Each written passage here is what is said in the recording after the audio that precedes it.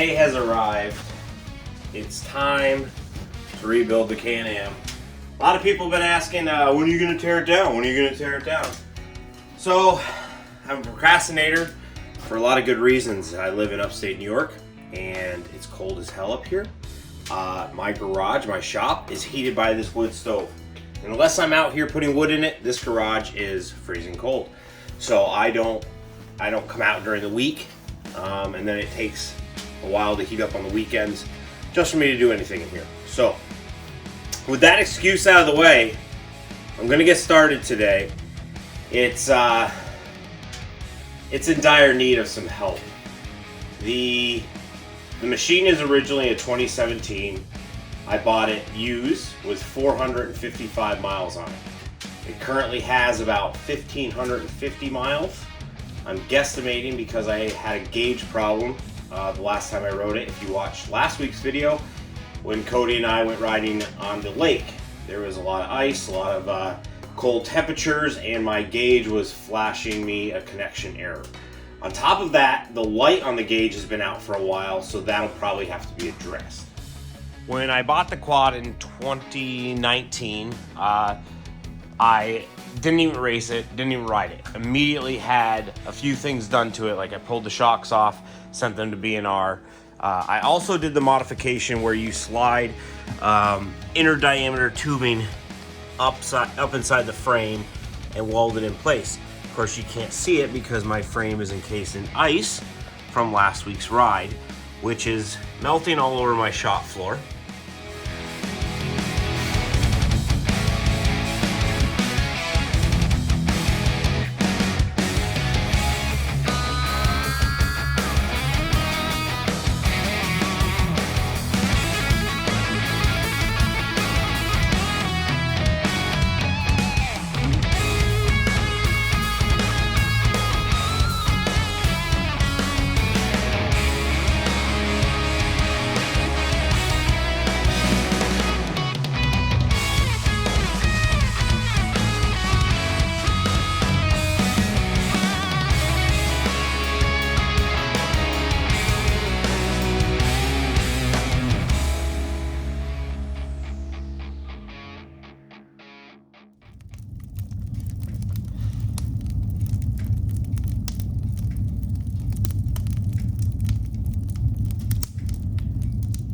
It's day 2 of rebuilding the four-wheeler, and being in front of the camera talking about rebuilding the four-wheeler.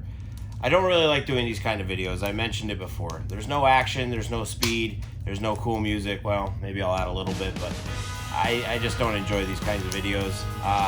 I struggle to find the right words sometimes, and I'm not comfortable in front of the camera. Some people can probably relate. But I'll do my best. I don't like to stop and talk about what I'm doing when I'm working on things. I like to be in my nice shop and watch Sopranos and hang out with my dogs. But I'll try to do my best so you guys can follow along in the video. Since the last video, since the other day when I last worked on it. Ooh, we're popping here. I'm gonna close the door. We were able to track down a gusset kit. So we are going to go down to bare frame. And I have to thank Kevin Johnson from Off-Road ER for coming through. He was the only guy that had a B&R gusset kit sitting on the shelf. So thank you, Off-Road ER, for that. It's on its way. It might even be at the mailbox today. I haven't checked, but we are nowhere near a bare frame. We have to do a lot of work before we can give the frame to the welder and have that gusset kit installed. I did talk to my powder coater, Lynch Racing out of Rochester, New York. These guys do an awesome job. This was done 3 years ago. It has 3 seasons on it. It's my high flow orange. Absolutely love the color, and the quality of this stuff held up really well. There's only a few actual chips that got peeled off and rubbing spots, which are hidden by plastic anyway. For the most part, the powder coating held up great.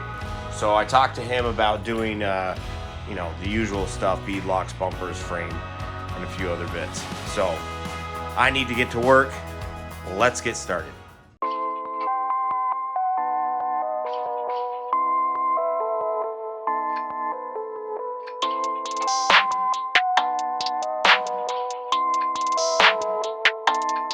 That's ISO? Rack it up, I got a bit of the bank to make me a safe house. Shake it up, she got her hands on her knees and she bringing the cake out. Smoke it up, I got some gas, some packs, I'm up in the greenhouse. Ball it up, I'm with the gang, we taking shots off the rebound. Fucking my posters, say now, I've been humble too long, yeah. Tell them all to stay calm, yeah. Tell them all to move on, yeah. Fucking my posters, say now, they be lost in the sauce, yeah. Took a loss, that's your loss, yeah. Had to get my point across, yeah. Heard them lasers talking now and we don't pay that no mind. Didn't need to watch and know that I'll be here in no time. Put a candle on it, had to tell them they could blow mine. Lights, camera. Alright, day 3. We got the shop warmed up again. Movies on TV. That's my favorite part about working in this shop is I just hang out and watch movies. I don't like messing around with cameras and telling you all about the progress I've made. But here we go. We're down to engine, differentials, transmission. We still got corners to peel. Trailing arm, A-arms, usual. I think the first thing I'm going to tackle is brakes. Get all the brakes off the system. Pull this front bumper eventually. And get it really torn completely down to where the only thing left is the engine and the transmission. And then hopefully I can muscle those out. I got a little bit of crap from this guy I know that races ATVs as well, Hunter Hart. He told me that I need to pressure wash it. I don't see a problem.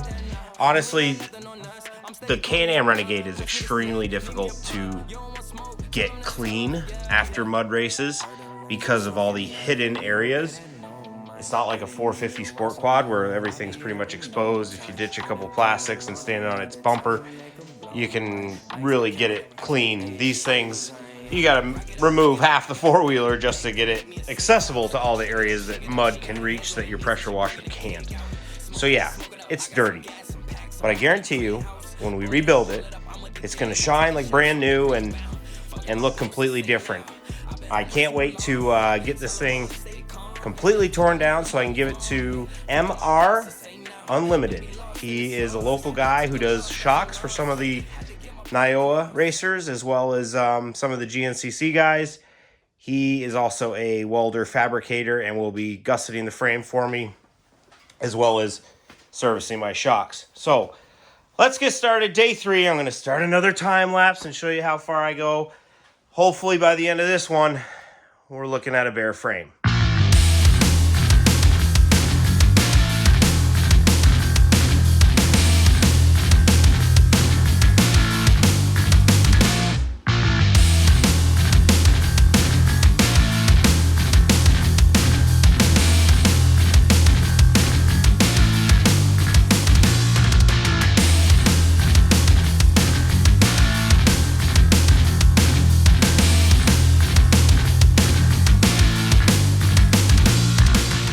Take a quick break. I needed a tool to get the ball joints separated from the spindle.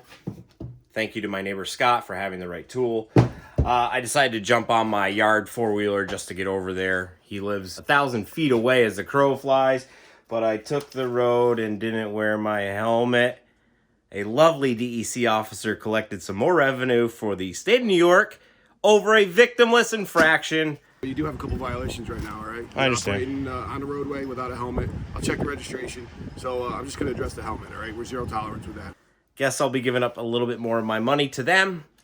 But I did get the ball joint separated. So we're well on our way to tearing off the front end, getting that front differential out, the drive shaft.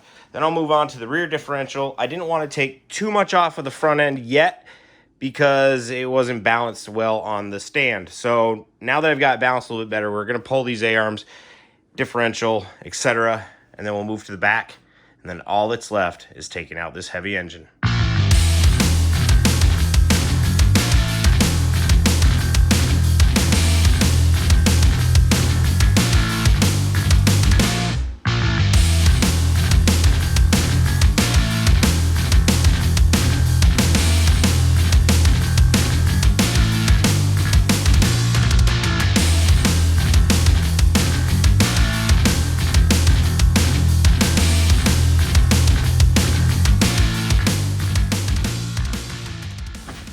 Big moment, taking out an engine. This thing's gonna be heavy.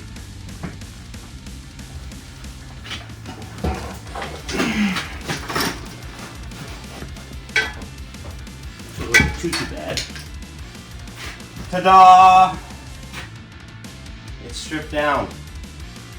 I don't know what to do next, but I'm happy it's stripped down.